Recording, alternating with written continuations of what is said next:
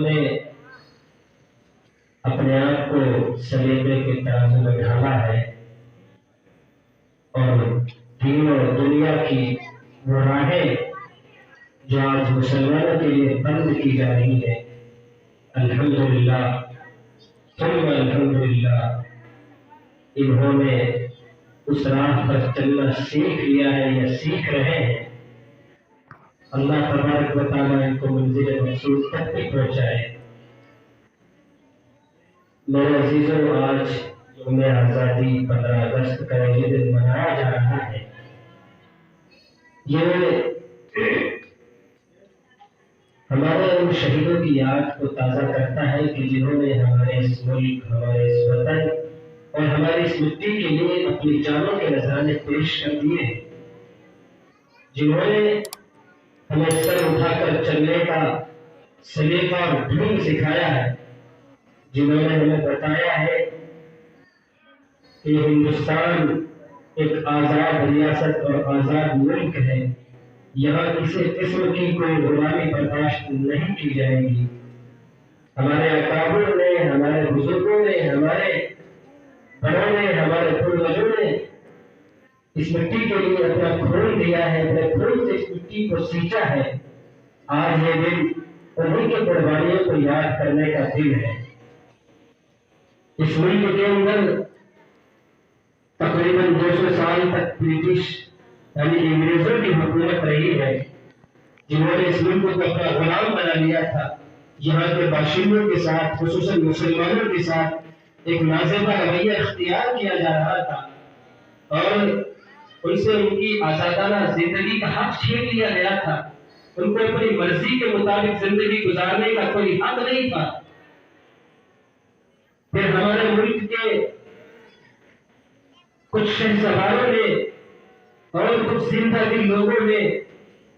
اس ملک کے لیے اپنی جانیں دی ہیں، اس ملک پر اپنے خون کے نذرانے پیش کیے ہیں، اپنے خون سے اس زمین کو سیراب کیا ہے، تب جا کر یہ آزادی اور سر اٹھانے کا حق ہمیں ملا ہے۔ لیکن میرے عزیزوں، چونکہ آج میری نسل کے اور میرے آنے والے مستقبل کے وہ تابناک اور روشن ستارے ہیں کہ جن سے میری زندگی کے اندر، میرے مستقبل کے اندر ایک روشنی پیدا کرنی ہے، جن سے مجھے راہ ہدایت دیکھنی ہے، اس لیے آپ حضرات کی آنکھوں کا کھولنا بہت ضروری ہے۔ اگر آپ لوگوں نے آنکھیں کھول لی تو انشاءاللہ ہمارے لیے راہ چلنا آسان ہو جائے گا، ہماری زندگیوں سے مشکلیں دور ہو جائیں گی، ہمارے ہندوستان کا جو آئین ہے اور قانون ہے، اس کا جو فنڈامنٹل رائٹس ہے، اس کو بچانا ہمارے لیے آسان ہو جائے گا، کیونکہ ابھی آپ نومیال ہے۔ اگر آپ کے ذہنوں میں ابھی سے بات ڈال دی جائے گی کہ ہندوستان ایک جمہوری ہندوستان ہے، یہ انڈیا ایک جمہوری ملک ہے، یہاں سیکولرزم کام کرتا ہے، یہاں کسی کی کوئی منمانی نہیں چلتی ہے، یہاں ایسا نہیں ہے، یہاں یکساں سپریم کورٹ نافذ نہیں ہے۔ آج جو مسلمانوں سے ان کے حقوق چھیننے کی کوششیں کی جا رہی ہے، آج مسلمانوں کی جو ہے مسجدوں کو غیر آباد کرنے کی کوششیں کی جا رہی ہے، ان کو شہید کرنے کی کوششیں کی جا رہی ہے۔ میرے عزیزوں، یاد رکھو کہ وہ دن ضرور آنے والا ہے کہ جس دن ہمیں اس ملک سے کہیں ایسا نہ ہو کہ اس ملک سے اپنا بوڑھا بستر اٹھانا پڑے۔ اس لیے آج ہمارے ان بچوں کی آنکھیں کھل جانی چاہیے اور انہیں معلوم ہو جانا چاہیے کہ ہمیں دین اور دنیا دونوں میدانوں میں اس قدر سختی سے قدم جما لینے ہیں کہ کوئی ہمارے قدم کو اکھاڑنے پر بہت دور کے بعد ہلانے کی بھی جرات نہ کر سکے۔ اور یہ کب ہوگا؟ جب ہماری تعلیم اچھی ہوگی، ایجوکیشن اچھی ہوگی، ہم عالم اچھے ہوں گے، فاضل اچھے ہوں گے، ٹیچر اچھے ہوں گے، ہم ڈاکٹر اچھے ہوں گے، ہم انجینئر اچھے ہوں گے، پروفیسر اچھے ہوں گے۔ جب ہماری تعلیم کاری اچھی ہوگی یہ اسی وقت ہو سکتا ہے، ورنہ میرے عزیزوں ایک جاہل آدمی، ایک ان پڑھ آدمی کا اس دنیا کے اندر جینے کا کوئی حق نہیں۔ ابھی آپ بچے ہیں، نونہال ہیں، معصوم ہیں، ابھی آپ کو پتہ نہیں ہے، ابھی آپ نے زندگی اور دنیا دیکھی نہیں ہے، آپ نے چار دیواری کے باہر سر اٹھایا نہیں ہے۔ دیکھو آج کیسے کیسے فتنے جنم لے رہے ہیں اور کیسے کیسے فتنے سر انگیزی کر رہے ہیں۔ اس لیے آج اپنے ذہن و دل کے اندر یہ بات اجاگر کر لینی ہے اور بتا لینی ہے کہ ہم اس ملک کے حصے دار ہیں، ہم اس ملک کے کرایہ دار نہیں ہیں، ہم اس ملک کے کرایہ دار نہیں ہیں۔ میرے بھائیوں، آج جو لوگ ہمیں غدار وطن کہتے ہیں، آج جو ہمیں سحر انگیز نگاہوں سے دیکھتے ہیں، ہم ان فرقہ پرست طاقتوں سے بھی کہہ دینا چاہتے ہیں کہ یہ ملک تمہارے باپ کا نہیں ہے، یہ ملک ہمارا ہے، ہم نے اس کے لیے جان کے نظارے پیش کیے ہیں، ہم نے اس کے لیے جان دی ہے، ہم نے اس کے لیے قربانیاں پیش کی ہیں۔ راحت ہندوئی کا ایک شعر مجھے یاد آ رہا ہے کہ ہم اپنی جان کے دشمن کو اپنی جان کہتے ہیں، ہم اپنی جان کے دشمن کو اپنی جان کہتے ہیں، اور محبت کی اسی دھرتی کو ہندوستان کہتے ہیں۔ اور یہ جو دیوار کا سوراخ ہے سازش کا حصہ ہے، مگر ہم اس کو اپنے گھر کا روشن دان کہتے ہیں۔ ایک اور شاعر راحت صاحب نے کہا ہے کہ اگر خلاف ہے تو ہونے دو، اگر خلاف ہے تو ہونے دو، جان تھوڑی ہے،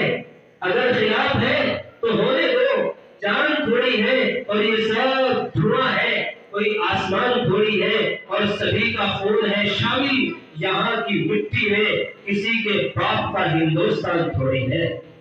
تو میرے عزیزوں، یاد رکھو کہ اس ملک کے لیے ہم یہ نہیں کہتے کہ مہاتما نے جنگ نہیں لڑی ہے، مہاتما کا کوئی حصہ نہیں ہے، پنڈت جواہر لال نہرو کا کوئی حصہ نہیں ہے، یا پھر ایسے ہی دیگر حضرات کا کوئی حصہ نہیں ہے۔ ہم یہ کہنا نہیں چاہتے کہ دوسری برادریوں نے اس ملک کے لیے جان نہیں دی ہے، ہم یہ کبھی نہیں کہتے، اور نہ ہم یہ کہنا پسند کرتے ہیں، نہ ہماری اولادوں نے یہ کہا ہے، نہ ہمارے بڑوں نے یہ کہا ہے، نہ ہمارے کسی لیڈر نے یہ کہا ہے، بلکہ آج ہم سے سوال کیا جاتا ہے کہ تم نے وطن کے واسطے کیا کیا کیا ہے۔ تو میرے بھائی یاد رکھو، حسین احمد مدنی اور محمد حسن دیوبندی کے کالا پانی جانے کو ہم بھلا نہیں سکتے، اسی طرح ابوال کلام آزاد کو ہم بھلا نہیں سکتے۔ کیا وہ ہندوستان کی آزادی میں برابر کے نہیں بلکہ برابر سے زیادہ کے حصے دار نہیں تھے؟ بتاؤ، ہم فرقہ پرست طاقتوں سے بھی کہہ دینا چاہتے ہیں۔ میرے بھائیوں، اس لیے ہمیں یاد رکھنا چاہیے کہ ہم اس ملک کے حصے دار ہیں، کرایہ دار نہیں ہیں۔ اور ماشاءاللہ الحمدللہ ہمارے اس ملک کے اندر آج اگر ہمیں کچھ سر اٹھانے کا موقع ملا ہے، ہمیں ہماری تعلیم گاہیں اگر کھلی ہوئی ہے، اگر کچھ نہ کچھ ہمیں ہمارے فنڈامنٹل رائٹس ملے ہوئے ہیں، تو میرے عزیزوں ہمارے ان بزرگوں اور انہی شہزادوں کی وجہ سے ہے کہ جنہوں نے اس میدان میں اپنی جانوں کے نذرانے پیش کیے ہیں، اور سیکولرزم اور جمہوری نظام اس ملک کو دیا ہے، انہی لوگوں کے آج ہم صدقے اور قبیل اس دنیا کی زمین پر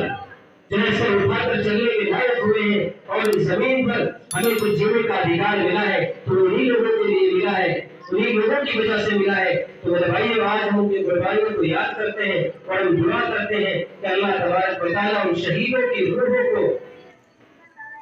جنت الفردوس میں اعلیٰ مقام عطا فرمائے، اور ان تمام شہیدوں کی روحوں کو سکون نصیب فرمائے، اطمینان نصیب فرمائے، اور اللہ تبارک و تعالیٰ ہمارے اس ملک کی حفاظت فرمائے تمام فرقہ پرست طاقتوں سے، ظالموں سے اور شرکشوں سے جو اس ملک کے اندر بدامنی چاہتے ہیں۔ ہم دعا کرتے ہیں اللہ تبارک و تعالیٰ ان سب کو نیست نابود کر دے، اور یہ ملک ہمیشہ یہی پھلتا پھولتا رہے۔ توفیق الا باللہ۔